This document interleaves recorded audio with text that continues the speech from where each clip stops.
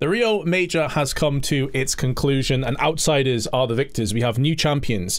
FaZe, there will be no defending. They got completely obliterated earlier on, and we may very well get back to them. But outsiders were crowned champions, beating Heroic in the finals 2-0. I'm joined again by Dualism, and we're going to discuss all of the ups and the downs, the good and the bads of the champion stage. And indeed, this is going to be more of an overall, overarching view of the entire major. We're going to be getting into different sort of categories, and therefore this episode may go on longer than the previous ones. But let's start off, Dualism, with the semis and the finals, and just sort of any general thoughts that you have coming out of this.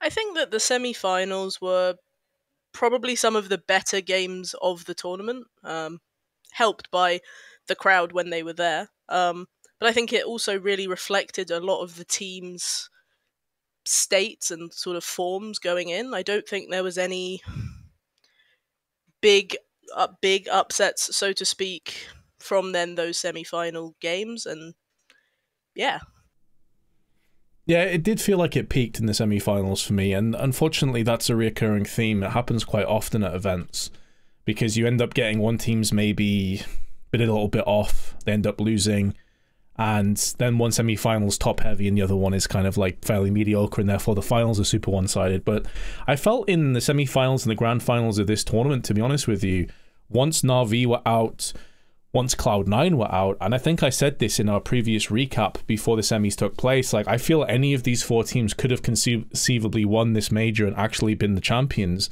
It didn't turn out that way. Outsiders completely bodied Heroic and massacred them in the finals, but it was a pretty good semi-final run, you know, and, you know, you did touch on it before with the Brazilian crowd element of things.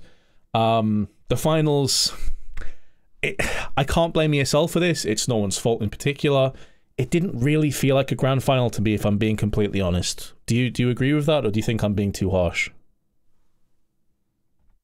No, I mean, I can definitely agree. I know a lot of people were kind of saying it was similar to Krakow back in 2017, where they had Immortals and Gambit who were there, but it felt even less hype because people forget with that Krakow run, you did have top teams making the playoffs. There were upsets towards the end rather than kind of consistently throughout the tournament. So people didn't expect Gambit and Immortals, but it felt very earned. But I think with FaZe and Vitality and then Na'Vi in the quarters going out, I think for a lot of people it was, not saying that the teams didn't play well, but it was more of a, it didn't feel like the real conclusion of the journey, I guess. No, I definitely see where you're coming from, and it's one of the main points that we were talking about in the lead up to the major. This is one of the most common narratives, was this is a major where, to be honest, it's not completely cut and dry who's going to win this. There's definitely favorites, there's definitely dark horses, but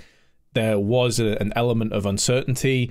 FaZe coming in looking fairly decent, but did have a bit of a rocky run. Same with Na'Vi. Obviously, what we also have to remember is, like, obviously some Die Young has come in for Boomich, now Electronic is calling, etc. So there were a lot of moving parts and a lot of moving variables that made this major like quite an interesting and a fairly hype prospect in that regard. And even though it kind of lived up to that hype and lived up to that potential, it still felt a little bit to me like a bit of a flat game at the end.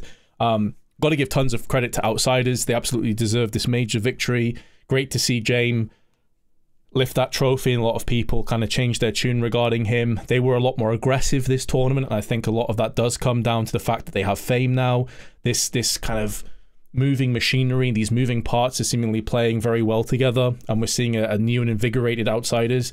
At the same time, though, I do feel a bit gutted for Katie and Heroic, because these guys have been through hell.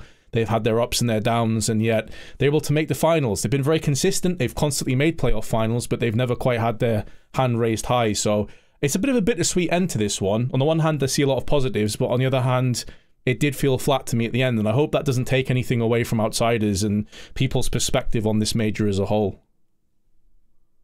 I think it's interesting that you mentioned, obviously, outsiders bringing in fame. The fact that 3 of outsiders' players were within 0.06, I think, in terms of rating at the end of the tournament for Legends and Champion stage, was just the fact that it wasn't just a one-man carry. And I think, you know, Vitality and Na'Vi being eliminated shows that, yeah, you can have your one star who's popping off, or in some cases maybe not really being present, but Outsiders really did give it a team effort and were able to have three players that realistically, if you're an opponent, you can't shut down all three of them without, losing quite a bit of your own game. Oh, definitely. It wasn't a one-man sort of wrecking crew, and that's kind of one of the issues that Cloud9 ended up stumbling with, and a lot of the other teams did as well. This is definitely a cohesive effort. This was everyone pulling their weight. And if one player was having a bit of an off time, maybe on one half, then another player stood up to the table and they delivered instead. A good segue as well, because one of our first talking points that I had jotted down here was for the player of the tournament, with honourable mentions as well. Now, I think the official player of the tournament was James, which, I mean, fair enough, it's deserved. He's led them to a victory. I'm going to personally stay away from Outsiders because I think a lot of people are going to focus on them. I'd rather go to other teams instead. So I'm curious, first Dualism though, who is your player of the tournament or any honourable mentions that you have? I'll be honest, I've not been too creative. I have said Shiro because he was the highest rated player of the tournament. And I think, I want to say he was on T side, he was the highest rated player as well. On CT side, he wasn't at the top, but he was also the best T side player, which is, I think, especially notable considering how CT sided a lot of the current meta feels. He was able to perform very well, and without as much support from his team that compared to his kind of usual support network in Cloud9. Yeah, and what else is interesting about that as well is obviously with Shiro being a primary AWPer, a lot of times on the T side of maps, you're going to struggle to get a lot of picks when it comes to AWPing. It's going to be one of those kind of difficult situations where you feel like you're hung out to dry a little bit. And if you rewind maybe 18 months ago, one of the main criticisms that was levied against Shiro was that he was super passive and he would bait players all the time on the CT side. So the fact that he's now picking up on the T side as well, that's impressive. That's definitely a huge win as far as Cloud9 are concerned. But even with all of those stats put into place, even though he's the top rated player and everything, they still only bow out in the quarterfinals, which, I mean, that's got to be devastating if you're Shiro. Like, how can you accept that? You've had a really good tournament and yet quarterfinals is as far as you've gone. CS is a team game though, and I think that for him, there really wasn't much more he could have done as an individual unless he was just getting every single kill for Cloud9 in every single round. I think it's, Cloud9 had some stumbles and some issues with some other players like Axile not really being as present as many would expect him to be, but Shiro himself, I feel like there really cannot be too much criticism put towards him. No, I certainly hope not. For my honourable mention / player of the tournament, I'm actually going to go with Furia on this one. I'm going to say K Serato. K Serato, I'm very much like a stat kind of guy when it comes to these things, and his stats are just outrageous. Like, he's got to be up there as one of the best players. When you consider, just talking about the champion stage here against Heroic in their semi-finals, they ended up losing. He had a 1.36 rating and was the top player on the server even though they lost. He had a 1.37 against Na'Vi in the quarterfinals when they beat them, also a top-rated player. A 1.14 in a massacre against Big where he wasn't really required as much. So he's been very consistent. And you go back to the Legend stage as well, a 1.42 against Spirit in the Legend stage. This guy was money. He was gold for Furia, and although they ended up stalling against Heroic, I think he's definitely cemented himself as one of the best players on the planet, especially when he's feeling it. Yeah, and he's the perfect contrast to Shiro because K Serato was the highest rated player on the CT side in the main event with a 1.50 rating, which is insane. Indeed, and it goes to show as well that this Furia lineup, having Yuri, who was often top of the leaderboard when K Serato wasn't, as you'd expect from those two, but also Drop and Art, etc., they're all capable of having good performances. I'm hoping that this is the event now, and obviously the caveat a lot of people are going to put in is, oh, it was on Brazilian soil, and, you know, that's the Brazilian crowd really hyped them up, etc. Furia have been in the running for quite some time now, and I'm hoping a big win against Na'Vi in the quarters, a narrow loss against Heroic. They could have won this major, let's be honest. I'm hoping this is going to be the catapult. This is going to be the kind of pushing forward moment for this Furia team, and they're going to be consistently good from here on out, because at this stage, I don't think they have any excuses, Dualism. I think this has to be the catalyst for something special from them. I agree, but and I'm not 100% sure on the scheduling of and what they kind of have in their calendar coming up, but I'm pretty sure they have nothing else other than the distant ESL Pro leagues coming up. So for them, the end of the year might be quite quiet, so that may also be an advantage for them. They do get to pick themselves up and continue the really promising signs that they got to show in Rio. Yeah, I really just would be very disappointed if this was a one and done and we never really see Furia live up to this potential again, because they've constantly been a team that makes the playoffs, but they don't really make a big run. Yes, they lost to Heroic. That's very disappointing. And honestly, if you cast your mind back onto that second map, I think it was Ancient. They actually brought back tons and tons of map points, and at one point took it to overtime, and it could have been a 2-0 in Furia's favor. So maybe the situation got the better of them, but now they've got that experience. Hopefully they can press forward. Did you have any more players you wanted to talk about in the honourable sort of category? I touched on it a bit before there, where the fact that three of outsiders in Jame, Flit, and Fame, that's a bit of a tongue twister, were all, depending on how that grand final went, any of them could have taken the MVP had they had a strong performance. I think it was a closer race than it perhaps looks, because Jame had the better KD, and I think the joke writes itself there. Yeah, so you think that like maybe Outsiders just as a team is an honourable mention then, as you probably expect, because with them winning the major, I mean, you're always going to be putting a spotlight on these guys and saying how good they were. But again, going back to what we said earlier, I think it's the nature and how well coordinated they were, and they didn't feel like they had any weak links. I will say, it's a bit surprising to me when you consider that there have been moments where Kicker in particular has looked completely off the boil. There were games earlier on in the tournament in like Legend stage where I was scratching my head wondering what the hell happened to him, but I'm glad that eventually things kind of worked out in the end for them. And I can forgive Kicker not having insane performances if, I'm not too good with the deep in-game analysis element, but if he is playing new positions or positions that perhaps don't favor him in order to enable Fame and Flit and Fame to, did I say Fame twice? I'm not sure. Jame and Fame to do their one of them needs to change their name. Oh, that rhymes as well.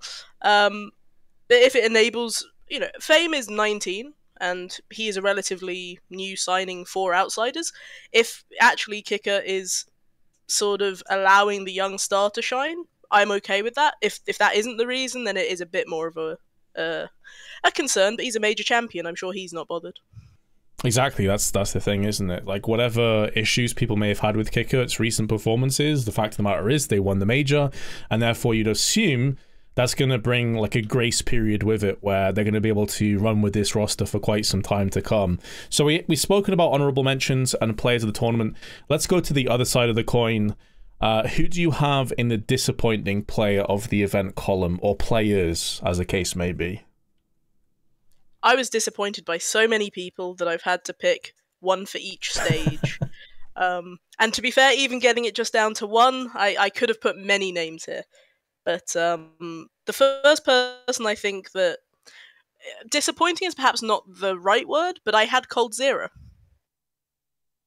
Oh, interesting. Okay, so from 00 Nation, all the way back at they 0-3'd, if memory serves me correctly, way back in the Challenger stage.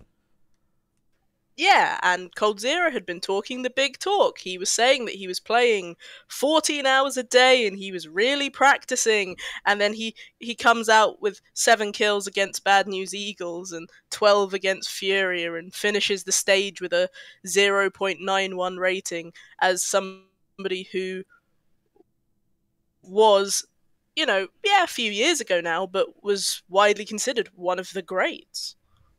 Yeah, I mean, at one point he was considered by many as the best player in the world, or at least in the conversation. Obviously, he's been to a fair share of his majors and tier 1 events and had some really great moments. So, I mean, 00 Nation were a massive disappointment. So much so, to be honest with you, Dualism, had you not brought them up, I'd have forgot they were even at this major. That's how forgettable they were. And I do think it's especially disappointing when you consider the Brazilian crowd and the fact that, as we saw in the arena, fans were prepared to show up and were more than happy to be showing their support and cheering for who are essentially their hometown heroes, but they instead got hometown zeros, and that's not quite as cool. Nice, nice, nice. So who was your disappointing player of the legend stage then going forward? This one hurts for me to say, but it's Tabson. Ooh, yeah. That does hurt, but I can see where you're coming from. He had a 0.82 rating in the legend stage, and he had a 1.2 in challenges, so it wasn't like, oh, he was having a quiet event. All the promising signs were there, especially as Big were on a whole as a team were overperforming considering their circumstances, and yet again today it's been said that their next event is also not going to be their full roster. It's not so much as expecting them to do more, but I think Tabson has to be showing up in those games, even if the odds are stacked against them, even if situations are less than ideal. Yeah, Tabson's like one of those strange situations to me where I'm a bit biased because as a guy I really like him, and I followed his career for a very long time, back in when he was in Penta days, back at Sivo when that was a thing. This guy used to tear it up. His individual skill level is super, super high. But it's the classic issue where a player goes into IGLing and things start to fall apart at the seams in terms of individual performance. And it's understandable. They're juggling so many things at once. They're spinning so many plates that it makes sense that their individual performance is going to dip.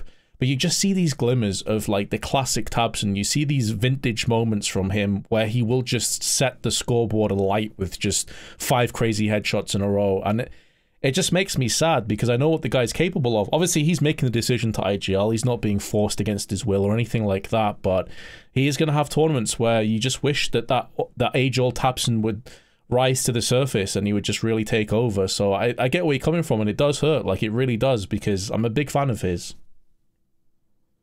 And he's 27, so he still has plenty of years left. It isn't like he's being shipped off to the nursing home just yet. But realistically, if he wants to show that he can still do it, there aren't going to be huge amounts of opportunities left for him to do so. He's no longer the young up-and-coming German that he once was. Yeah, I suppose as well, though, he's in a bit of a, I wouldn't say awkward, but like a difficult situation if that's what he decided to do, which I doubt he would. But if he did, where you've got God B behind him and the two of them have a great working relationship. Obviously, he's their coach. He's involved in Big. And then if not Tabson, then who else IGLs for that team, or who do they bring in? There's not that many German-speaking players. I mean, they all speak English fluently, but if they want to keep it on that side of the spectrum, then, you know, ultimately, I just don't know who comes in for Tabson. And then does he actually want to switch across? Is it at a point now where maybe he won't be as consistently great as he used to be? Maybe that's also a part of it. Like, we're assuming that he would still be capable of those things. Maybe that's just left him. Maybe that ship has sailed, and, you know, with him putting way more effort into IGLing and the tactics and the strategy side of things, that's kind of let down the other side of stuff. It's kind of hard to say, I suppose. And it's the typical thing of, back in July, he signed a contract to stay with Big, and him and Godby signed this. So they're going to be there until 2027, where in theory, Tabson will be well into his 30s. Yeah, that's interesting. So is that contract, I didn't see that myself, but is that just to be involved in Big Clan, or is that actually as a player? Tied to the organisation, but I think it would get to a point where there are only so many people that you can have standing around going, and here's our honorary, I don't know what, I imagine they're sponsored by an energy drink, but you can only have so many former players and people associated that you have fetching Red Bull or preferred beverage here for the players and to keep them on the payroll. Yeah, because I was going to say initially, like, maybe he would be groomed to be the next sort of coach of Big, but while you have God B there, I think you just keep God B, because the guy's proven he's got a track record of being a good coach, and I suppose that's a I mean, that's an interesting one, if nothing else. I suppose they can sever that contract if needs be, if someone comes in and buys it out. Maybe he can stay on as like a streamer or something like that. That's always an opportunity as well, or an option. Maybe he moves into some like the management side. I suppose only time will tell. It's not also unheard of that some players do play into their 30s, so I suppose that's also a possibility. So if we move through into the champion stage as well, Dualism, I believe you also had a disappointing player for this. I did, but we did touch on him before. It was just Axile. The fact that he was missing quite badly in challenges. There were signs of life when it got to Legends, but I feel like he failed to then continue to deliver once it came to the playoffs.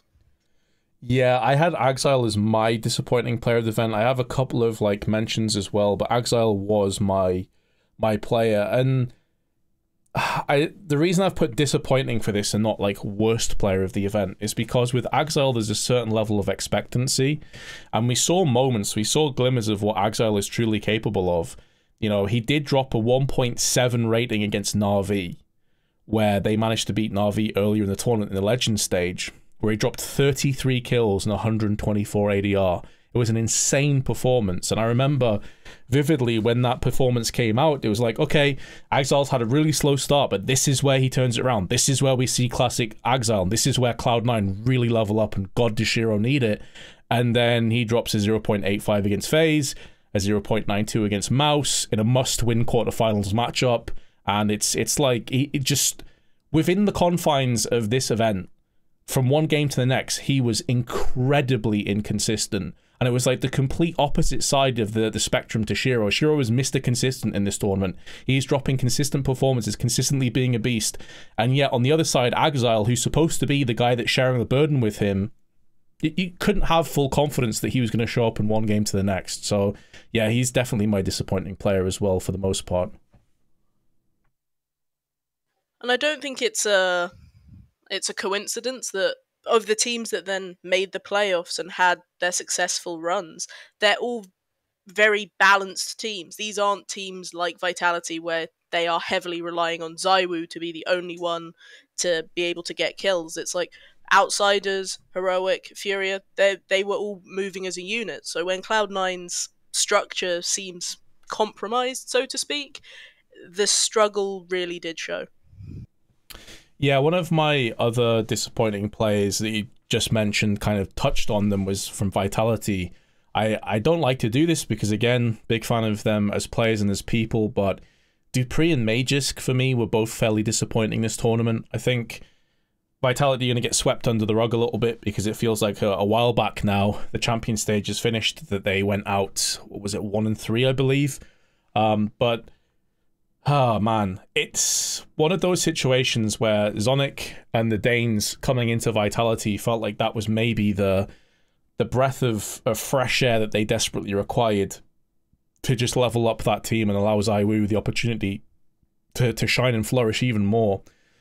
But I just didn't see much from dupreeh and Magisk, and I remember we talked about this in one of the previous episodes, where we were just scratching our heads, like wondering where they were going, like what had happened. It long gone are the days of Magisk being like the master of Pit on Inferno, and dupreeh having these rounds where he can just come alive and get like 4 entry frags out of nowhere, just like pull around out of his backside. Like, it just feels like that's a thing of the past now, and this Vitality team, it feels very uninspiring. Like, I'm watching this team and I'm just thinking, are they realistically ever going to do something? Are they going to constantly be the disappointment? Every single event, we're going to be sat here saying the same shit over and over and over again. ZywOo good, rest of them bad. Like, when is this going to change? The fact that Vitality were able to win Pro League a month before the major, I don't know whether maybe it gave a false sense of security or false hype, a bit like with Liquid, where people kind of went, oh, this is it, they're alive, they've sorted all of their problems that they've had for months with this one victory. And it kind of also reminds me of back in 2018, before the Face It major, North had their great run. I want to say it was in Stockholm, where MSL was AWPing, because that was a thing he does now, and they won the event, and they beat Astralis, and they beat all these other teams that people had heavily favoured before the major, and they then just got completely banged out before they really got a chance to get running. And I feel like Vitality are in that same, perhaps, yeah, I guess false sense of security is the phrase I'm using to describe perhaps what happened here as well. Yeah, I believe it was Stockholm, and if I'm memory serves me correctly, did MSL also get like the player of the tournament? I think with the AWP, like it was just insane. He was playing incredibly well, and I think there's a lot of comparisons that can be made between those two kind of situations, and I definitely agree with you. And this kind of moves into my next point about teams and potential changes. Now, I don't have Vitality down as my team that's probably going to make a change or needs to, but are they in your conversation for this, Mark, or do you think they just need to have more time together and try and rep this one out? I feel like Spinks is still a relatively new addition, but I also don't think he can solve all of Vitality's issues. I think you have Apex's in-game leading, whether it's his in-game leading or Zonic's coaching that is leading to how Vitality plays, there's something there that's not working. Whether it's a disconnect between the two or one or the other, I think there's just not been enough promising signs from that structure. And sadly, for someone like Apex, he is the disposable one on the team. I think if you're Vitality, you're never getting rid of Zywoo. He is your golden goose. dupreeh and Magisk, you know, they're meant to be people that you've brought in to bolster your roster, and Spinks is new. And I think Magisk is capable of in-game leading if they needed someone temporary, but they could also look for other in-game leaders. And I think if there is a major shuffle, Vitality potentially replacing Apex wouldn't surprise me. That's very interesting, and it does make sense. I think there's certainly parts of that team, is often the case with other squads as well, where one player is kind of the centerpiece and then the rest of the team try and fit around that person and try and make them excel as much as possible. I would say a decent comparison at this point would be Shiro to the Zywoo comparison, because if you're Cloud9, you want to do everything in your power to keep that guy. I don't think Cloud9 should make any changes, personally. A lot of people came into my stream and were saying, like, they need to remove Axile, they need to remove Nafani, like, whoever else. I think, for me, I think Cloud9 need to stick together a little bit longer. And if you're going to remove somebody, Axile's not the equation. He's capable of being one of the best players on the planet. I think you just need to maybe accommodate him a little bit more, or hope that he gets his head straight. Maybe he's a player that chokes a little bit in big games. It's hard to know. I don't know these players on an individual, personal basis. But yeah, Vitality, I do wonder who would come in, though, as well, Dualism, because obviously removing a player is one thing, but can you bring a player in that is almost guaranteed to be an improvement over Apex? And if so, who would that be? With how weird of a state Vitality are in, I cannot think of anybody that comes to mind. But I also think, with the potential of Magisk, I personally would not want to see Magisk IGL on this lineup. But if let's say some other top teams start making changes or opportunities open up, I think that because of the experience that you have in Magisk and dupreeh, you do allow yourself quite a bit of flexibility. If you bring in unnamed star 1, dupreeh and Magisk are experienced enough to be able to work around whoever they could bring in my opinion. Yeah, I suppose it does give them more versatility. I'm really curious if there's going to be roster mania after this major, because there often is. I think we're in one of those weird positions where so many teams look lackluster and looked a little bit off the boil, where I could see it being one of two ways. Like, I could see it being tons and tons of changes, or not that many, and just try and get back on the grind as much as possible and see where things lead. But for me, I had down Na'Vi as my team that will probably have a change. There's been rumors and rumblings about a potential roster change again, with some Young going out. Obviously, he came in to fill in the gap that Boomich left. Then Electronic's been IGLing. I've heard that the team is not exactly completely content or happy, and losing in the quarters is certainly not going to add any positivity to that debate. So I think Navi probably will have a change. Who comes in though? I've been thinking about this a lot, and I'm not entirely sure. Do you have any ideas? I think it's a bit unfortunate for Sum Young because he is still just standing in slash on loan, despite being there since I think June, May, earlier this year. June, yeah. Um, yeah, and I think that's pretty rough considering they've not had the worst results, but if things are not ideal within the team, yeah, he does kind of then have to leave. And Navi are very proudly Ukrainian, and if you look at their website, they not blur out, but they grey out the flags of their Russian nationality players. And I do think if you're Navi, would you be able to sign a Russian player? Because a lot of them are going to be with Russian organizations, and with the geopolitical situation, I'm not really sure how willing they'd be to open those cans of worms, if at all, which does really limit their options. Yeah, it does, and I think some of that's also going to come down to other players potentially moving around, little pieces moving left and right. Um, did you have a team, by the way, or was Vitality your team in terms of a change, or did you have another team that you're looking at as a potential roster change incoming? I sort of my broader kind of view of it was that you may see some teams that were not at the major or perhaps bowed out quite early swoop in if roster changes start happening. So the one that comes to mind for me is like a G2, for example, because Hooksy is a meme, yeah, haha, Giga Chad, but I do think if you're G2 and a bigger team, or not bigger team, but I guess at this point a higher ranked team made a change or somebody became available, it wouldn't be too surprising to see them pounce on them to try and make some improvements. I'm going to pick your brains a little bit here as well, Dualism. And if you're not comfortable talking about it, then by all means, just tell me. And honestly, there'll be no problems on that at all. Obviously, you used to work at G2 yourself, and so what's your general consensus and thoughts on G2 as an org right now and the team and sort of? I'm not asking you to divulge any like behind the scenes information about the players or whatever, but were you surprised that they weren't able to make it to go to Rio? Are you surprised at the situation they're in right now? Like, is this concerning for you, or was this kind of par for the course? I'm not too surprised. So I'll be honest, I got pushed into the Valorant side when I like towards the end of my time at G2, so I didn't really have huge amounts of interaction with the CS team, and sadly, as the creator of memes, I wasn't really privy to much information. I only knew Nico, for example, was rumored to be joining G2 at the same time as everybody else when that HLTV article went up. Um, but I think there have been too many upper management type changes. So Niak, who has been with G2 since maybe 2000,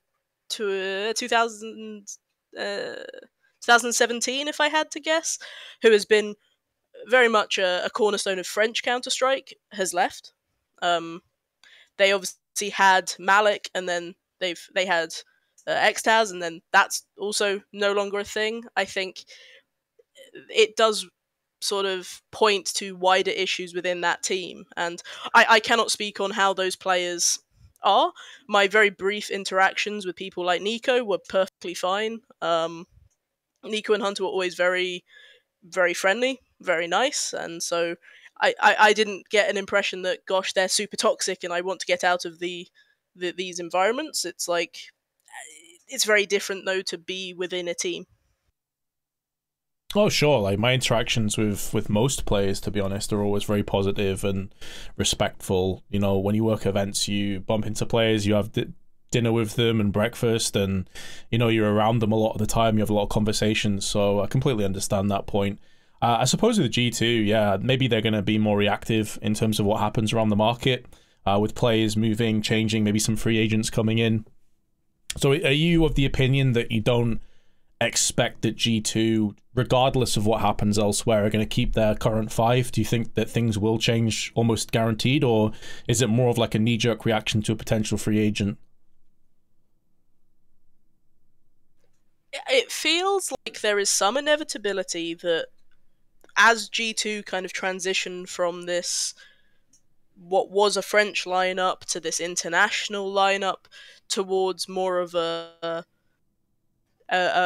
Bosnian Serbian type identity, that it wouldn't be too surprising if they did continue to make some changes, because like the new manager that came in is Serbian, and so there were jokes about that as well. And I do think Nico, from what kind of seems to be said, is that he won't be satisfied if the team is underperforming, or if players, in his opinion, are not doing what they need or should be doing. And somebody like Hooksy, who has had quite a rough go of it since joining G2, I think it's fair to say, if Nico will butt heads with Carrigan, I would be surprised if he wasn't at least having words with Hooksy right now.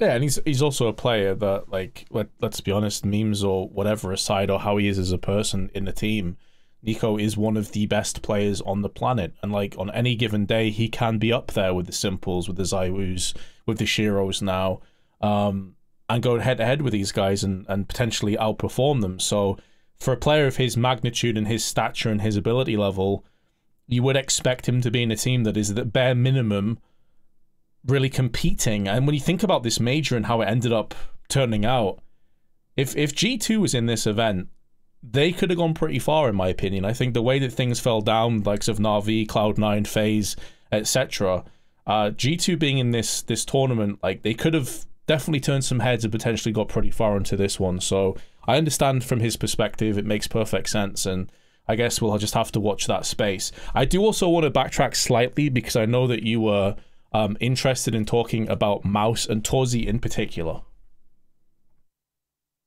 Yeah, it's one of those where I was tempted to put him as one of the more disappointing players, but I've commented on him a few times, and this was his, I think, first major, if I'm not mistaken, so I can cut him some slack. And when he did step up, in the semi-finals, he definitely performed better, especially compared to the quarterfinals, where it took him 7 rounds to get any ADR on the board. But Mouse still lost. I don't think he can be blamed for Mouse's struggles there, but also I don't think you can really credit him with too much of their success during the major. So to tie it in with what we were talking about with teams making changes, like, surely Mouse don't make any changes though, right? Like, this is a fantastic run for them, and I feel like it would be I know it's not what you're saying, but I think it would be a massive mistake if Mouse made any changes after this. I agree in theory. I do think I wouldn't be putting anybody on the chopping block now, but I do think for Torji,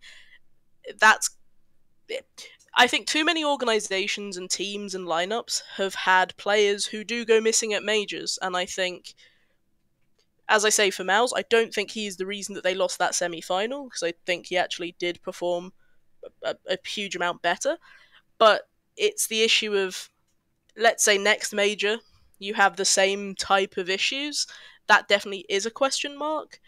But also, I don't know who works at Mouse management, but let's not forget how NBK got booted off of the team quite sort of unceremoniously. Meanwhile, they kept Bemis, who, I wouldn't say he's the greatest player of all time, but they kept him for an awful lot longer than I think many people expected. Yeah, I can see where you're coming from. I do wonder with MBK if there was more stuff going on beneath the surface and kind of like behind the scenes. They've obviously stuck with Frozen for a very long time now. He's been at Mouse for I'm not even sure how long. It must be years at this stage. And he was great at this tournament. And keep in mind as well, like, Mouse Sports lost in the semis, but that was to Outsiders, who won the whole thing. And they're the only team to take a map off Outsiders in the champion stage. They 2-0'd Fnatic, they 2-0'd Heroic in the finals. So, I mean, if I'm Mouse right now, if I'm Dexter, I think he's definitely another person that I'm super happy for. Similar to James, where he's come under so much scrutiny, he's had so much garbage thrown his way. He's been at Mouse for just over a year at this stage. So many memes, so many negative comments about his leadership and his skill level and everything else. It's so nice to see him finally get some of that respect and for people to start to change their opinion a little bit on him as an IGL and a player, because there were situations in Cloud9, that matchup against Cloud9 in the quarterfinals, where on Mirage, the final map, basically Dexter just decided to go God mode and he dropped 31. And then that second half, he was like, that's probably one of the best, biggest spikes in performance at the entire major, what he was capable of doing on that Mirage. So I think Dexter's definitely proven a lot of people wrong as well, which is great to see.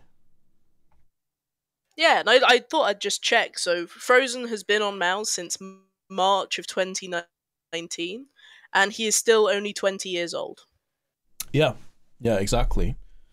So I suppose it does show that Mouse are content to stick with people for long periods of time. I mean, 3 years in the scope of Counter-Strike is like a lifetime to some players. That's very rare that you get players stay around for that long. Then again, Frozen is an incredible talent and very, very easy to work with by all accounts. He is a super chill, super hard-working guy that just gets his head down and doesn't have a massive ego, so that probably also helps. And I mean, Mal's also had experience in bringing in young players in the Rops, who was, there was some overlap between Rops and Frozen on this Mal's lineup, and Rops' first big team opportunity was Mal's, and the same thing for Frozen. And I think that clearly, having also brought in their academy players as well, who are all also quite young, it means that there's definitely some praise to be heaped on Mal's for their scouting and their eye for talent. Oh, absolutely, absolutely. They've been very, very good when it comes to picking up talent and maneuvering talent in a way that makes sense. I just hope that it's not a one and done for Mouse. I hope they can build on this.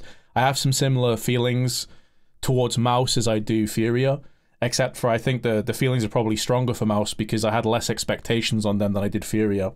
But let's hope that this isn't a flash in the pan. They can actually sort of rinse and repeat at the next major as well. So finally, our last talking point, as this episode has been going on for quite some time now, as we expected, because this is more of an overall sort of summary, is to rate the major from a viewer's perspective, Dualism. Obviously, first and foremost, we're both fans of Counter-Strike. You know, we both watched all the games, or as many as we possibly could. We spent a lot of time watching this major so we could talk about things. What was your opinion coming out of this major? Not necessarily in terms of like the players themselves, but the overall experience as a viewer. Where do you come down with this major? As harsh as it is, if we ignore the games in the playoffs that had Furia in them, where you had an incredible crowd and a huge amount of hype around them, I feel like this major was, yeah, great to see a lot of teams rise up, but with so many top teams underperforming, it wasn't other teams besting them, it was top teams not showing up.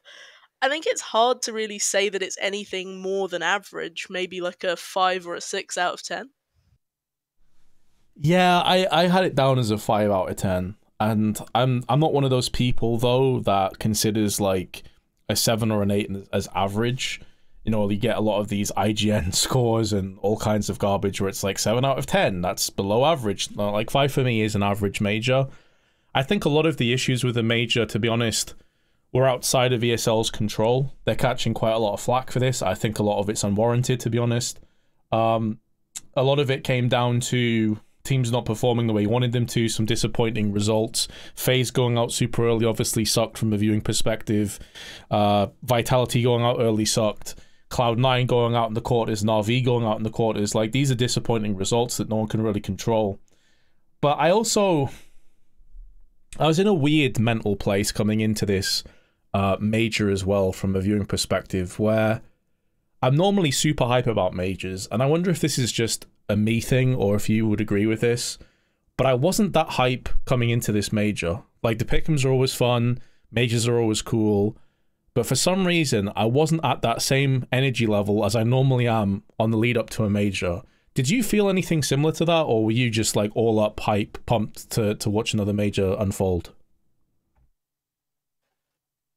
I perhaps have a slightly different reasoning behind it, but I wasn't super hyped, and maybe it's also because we'd had ESL Pro League go on for however many weeks, just a month before everything, and we also had the RMRs, which saw all of the top teams playing each other, even if it was split by region. And then you have Challengers stage, and then there's Legend stage, and then there's playoffs. It felt just like a bit too much of the same thing, just kind of as an overall flavor, so to speak. So for you, was it more like a viewer fatigue angle coming into it? Yeah, I suppose, and obviously, like I used to, I suppose, manage social media channels during events, so I was having to watch a lot, and it wasn't just something I could have on in the background or watch casually. But I think it's also that the majors, as they are now, and again, it's also not ESL's fault that Valve don't want to do more for majors, but we kind of know what we're getting every single major in terms of, yeah, there's pick'ems and stickers, and oh, we've now got glitter ones, and oh, we added a case with all the stickers in, guys, and you can have this graffiti of a team if you want. It's like, it's that sort of everything around the major doesn't help the hype, in my opinion. I see. I hadn't thought of it that way, but I do agree with you as you were saying that stuff, because I suppose to a lesser extent that's kind of maybe an underlying issue for me as well coming into this. It's like the pick'ems have been the same for the longest time. I wish they'd rework those at least a little bit. Viewer fatigue is definitely a real thing. As someone that's a huge CS fan myself, I find it difficult to keep watching the same games week in, week out. I think ESL put in a ton of effort, and they really did put on a good performance in terms of like being a tournament organizer for this event, I believe, at least. Yeah, there was a couple of missteps, etc., but I think the problems, for the most part, had none of ESL's control really like in their hands. So I don't know, I just kind of come out of this major feeling a bit underwhelmed. I'm not necessarily super hype about Paris either, maybe for similar reasons.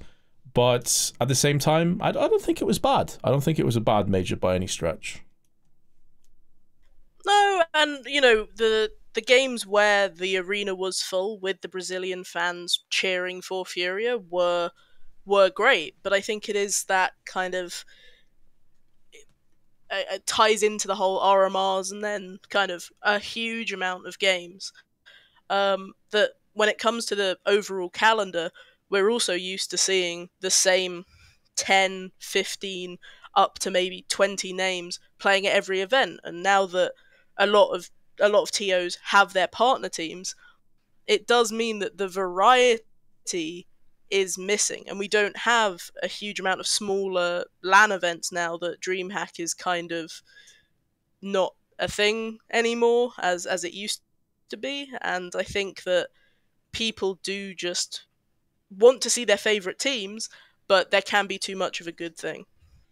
Yeah, and to just sidetrack that a little bit into my sort of, I suppose, area of expertise with commentating is, and I think every caster, every broadcast talent at this event did a really good job. So I want to preface it by saying that this isn't me having a dig or trying to throw shade or anything like that, but it goes back to the viewer fatigue thing, where you have a lot of the same names on the broadcast talent list as well that you're hearing week in, week out, doing a lot of the tournaments. And I understand why you do that. They're a known quantity and they're extremely good at what they do. But I also don't think that necessarily helps kind of separate the major from the bog standard sort of seasons or events that you've been having going for the last 6, 12 months. Yes, smaller events are definitely missed, in my opinion. I completely agree with you on that one. But at the same time, if you get to a point with a major where it doesn't feel like a major, it doesn't feel special, it doesn't feel unique, it doesn't feel like it's grabbed you, and I can only speak from my perspective, that's how I felt a lot of the time watching this major. And again, it's nothing to do with ESL, it's nothing to do with the players or anything, it just didn't feel that much different to me. I think that's going to resonate with a lot of people because obviously, as you know, I stream a lot, and a lot of people from my community felt the same way. Because I was curious, like, is it just me? Am I like burnt out? Am I jaded at this point with Counter-Strike? And like a lot of people that are active viewers of Counter-Strike have been watching it for years and years and years. They felt the same way I did, almost identical to how I felt. And it is that kind of, yes, we get a month break from Counter Strike in the calendar year, and that is a choice. You know, if somebody wants to spend all that time watching some really low tier tournaments that don't really care that there's a time off, and they just want to put on an event in one of the few gaps in the calendar, you know, people can. But it is that kind of, people used to complain about when ESL Pro League and ECS would run at the same times, and you would get games like Fnatic versus Astralis, and it would be a best of one, and then you'd get Fnatic versus Astralis the next day for the same event, and then you'd also have ECS where you'd get Fnatic versus Astralis, and people used to point out how ridiculous that was, and that was when it was online, and it mattered a lot less because it was part of the wider season. But now we're basically having a very similar thing where you're seeing G2 versus a Fnatic, and you're seeing them at a Blast, and then you're seeing them at an ESL event, and then you're not really, you really aren't getting any particularly big narratives being built up around it because it just happens so frequently. And even looking at Outsiders Major run, before the Major, they played ESL Challenger Rotterdam. They faced Mouse there. They then faced Mouse in Challenger stage, and they faced them twice, once in Legends and then again on stage. Nobody felt too burnt out by that because it's a major, it kind of happens, but if that becomes the full norm and it's trying to be LAN and it's trying to be hype, I think it won't just be majors that feel repetitive, it'll be everything. Yeah, and you know, the thing is, I'm not entirely sure how you fix that, because the current landscape with Counter-Strike is as it is, and it's not going to change anytime soon. Like, ESL do control a very large portion of the calendar, then Blast is basically the other main organizer, and you have other ones like We Play, but they're not quite at that level just yet. A bit inconsistent with tournaments and stuff, and like maybe it's tier 3 events at that anyway. But I don't know how necessarily you fix it, because the only other sport that I really watch a lot of is football. And in that case, you're typically only playing a team twice a year, twice a season, as it were. You have a home and an away match. And sure, maybe you face them in the cups. Maybe if you're in like the European leagues or whatever, you might come head to head in those as well. But even then, that's 4 or 5 times in a season. And those will be weeks, months apart from one another. In CS, it just happens so much more often, and I realize that comparing the two isn't necessarily like a very valid point, but you kind of get where I'm coming from, and maybe that's one of the reasons as well that coming out of the major, I was just a little bit underwhelmed overall. Obviously, a ton of effort was put in from the org, a ton of the effort was put in from the talent to build up narratives and to make it feel as much of a major as possible. I just wonder if it's a me problem, to be honest, Dualism. Like, at some point, maybe it is just me. You know, because I think so much effort was put into this major. There was effort, but I feel like there's never been a major where there hasn't been some effort from whoever's put it on, the talent involved, from the top to the bottom of the production. But if the issues are more external, there's very little you can do internally unless you're willing to do something big. I mean, something as simple as the major player profiles. They were last done for, I think, the Face It Major in 2018. But then you look at something like Worlds for League of Legends, and yes, League is an infinitely bigger scene, and it's a lot more sort of. I actually would disagree. I was about to say I think it's more storied. I don't think it is. I just think that CS as a broadcast product doesn't do a good job of building those narratives. But they did a video for DRX versus T1 in the final, and they had Deft and Faker, and it was this kind of telling their stories because they went to the same high school, and it was like, oh yeah, I saw Faker winning these trophies, and I've been playing for 10 years as well, and it made you connect with these players even if you'd never watched a DRX game in your life, even if all you did was watch the LCS because you hated yourself, you would be able to feel a connection with those players. And I do feel like whether it's Valve not doing it, whether it's the TOs and not wanting to fly out a camera crew to somebody's house or whatever, that's missing. And I do think that that does limit the hype, because I'll be honest, I don't know anything about James as a person. I don't know what he does in his spare time. I don't know what got him into Counter-Strike. That's not to say the content isn't out there, but that's the type of thing that I believe should be pushed forward more in order to get people excited. Even if there's an underdog and it's an upset, you get to feel something for those players and you can support them. Even if you're a Brazilian fan supporting Furia, you might connect more with Heroic Story or Outsider's Story, or you like Cadian or you like Jame, but it's missing. It is missing, and I still remember a lot of the profile pieces that were made way back when, and you know, they'd get the family involved, and it wouldn't be like a sob story or anything. It would just be allowing you to connect more with the person and caring about their struggles and caring about their kind of flight towards the top level. And I think, to be honest, a lot of people are clueless about what goes into being a professional player, and the sacrifices and the time spent away from family and the travel and the heartbreak of not winning. Like, there's going to be a lot of very, very disappointing, depressed players right now that are going to come out of this major feeling like they really squandered an opportunity, and ultimately are going to feel very down about that. And to not really get a chance to witness that other than a very brief post-game interview where the player is obviously, first off, not able to process everything that's gone through what's just happened, like, first and foremost, but also secondly, even if they're absolutely devastated, they're not going to break down for the most part and like give you any real connective things to go off from an audience perspective. These are just missed opportunities, I think, to allow people to get more invested and more interested. And that's why I think a lot of people have gravitated towards players like Cadian, Config as well, before his unfortunate downturn happened. But Cadian in particular, because he's a player that's not afraid to get rowdy. He's not a player that's afraid to stand up and like absorb the crowd's energy and these kinds of things, and they're few and far between. But it shouldn't be on Cadian to take that extra step and like force himself in that angle.